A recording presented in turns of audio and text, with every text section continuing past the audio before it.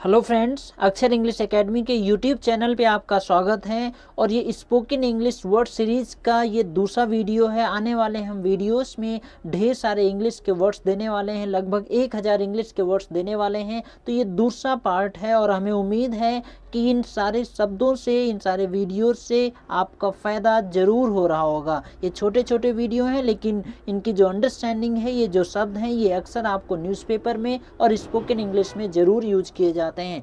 शुरू करते हैं, जिसमें पहला वर्ड है होमिज। होमिज मीन्स होता है श्रद्धांजलि। तो इसको एग्जाम्पल से समझते हैं। Prime minister paid homage to the martyrs. Martyrs means होता है शहीद। पे होमिज मीन्स होता है श्रद्धांजलि देना।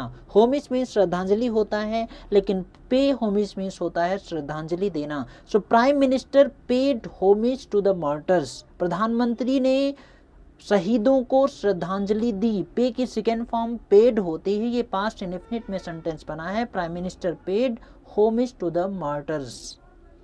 अगला देखते हैं। ये एक फ्रेज है, to get rid of something या to get rid of somebody. ये स्पोकन इंग्लिश में बहुत ज़्यादा यूज किया जाता है। To get rid of somebody या समथिंग के लिए आप यूज कर सकते हैं। इसका मतलब होता है छुटकारा पाना।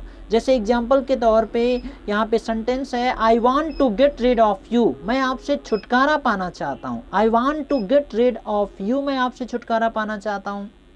या I want to get rid of him, मैं उससे छुटकारा पाना चाहता हूँ। I want to get rid of this phone, मैं इस फ़ोन से छुटकारा पाना चाहता हूँ। इस तरीके से भी आप यूज कर सकते हैं। किसी चीज़ के लिए भी आप यूज कर सकते हैं। I want to get rid of this phone, मैं इस फ़ोन से तंग आ चुका हूँ, मैं इस फ़ोन से छुटकारा पाना चाहता हूँ। इस तरीके से आप यूज कर सकते हैं।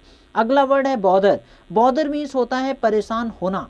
डोंट बॉदर, परेशान मत हो। आई विल मैनेज एवरीथिंग, मैं सब कुछ संभाल लूंगा। I will manage everything. Don't bother, I will manage everything. इस तरीके से आप इसको इस्तेमाल कर सकते हैं। अगला फ्रेज जो है ये बहुत ज़्यादा यूज किया जाता है। डाउन विथ यूज करते हैं। जब भी हम किसी बीमारी से ग्रसित होते हैं तो हम वहाँ पर हम डाउन विथ का इस्तेमाल करते हैं। ठीक है। I am down with cold, जहाँ पे पहला सेंटेंस लिखा हुआ है, I am down with cold. Cold means होता है जुखाम। डाउन विथ मीन्स किसी बीमारी से ग्रसित होना। I am down with cold, मुझे जुखाम है। I am down with cold, जुखाम है मुझे। I am down with cough. Cough means होता है खांसी। I am down with cough, मुझे खांसी आ रही है। I am down with fever, मुझे बुखार है। I am down with any disease, किसी भी बीमारी से के लिए आप डाउन विथ का इस्तेमाल कर सकते हैं। आई am down with any disease, किसी भी बीमारी से ग्रसित होने के लिए आप ये वाला स्ट्रक्चर इस्तेमाल कर सकते हैं। अगला वर्ड है डिफर। डिफर मीन्स होता है असहमत होना, डिसएग्री होना, असहमत होना। आई differ with you on this point.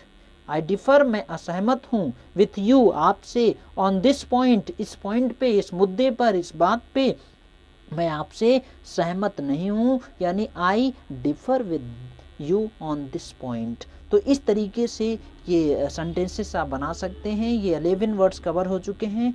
आगे की वीडियो पाने के लिए अगर ये छोटे छोटे वीडियो आपको अच्छे लगते हैं तो चैनल से जुड़ जाइए। आगे भी ढेर सारे ऐसे वीडियोज़ आपको लगातार मिलते रहेंगे। कोई सजेशन होता है तो आप मुझे ज़रूर ड्रॉप करिए, हम आपके एक एक सजेशन पे काम करते हैं। और अगर वीडियो अच्छा लगता है तो आप लाइक करके आप दोस्तों के साथ भी शेयर कर सकते हैं। मिलते हैं आपसे अगले वीडियो में। लगातार सीखते रहिए और अपने आप को बेहतर बनाते रहिए।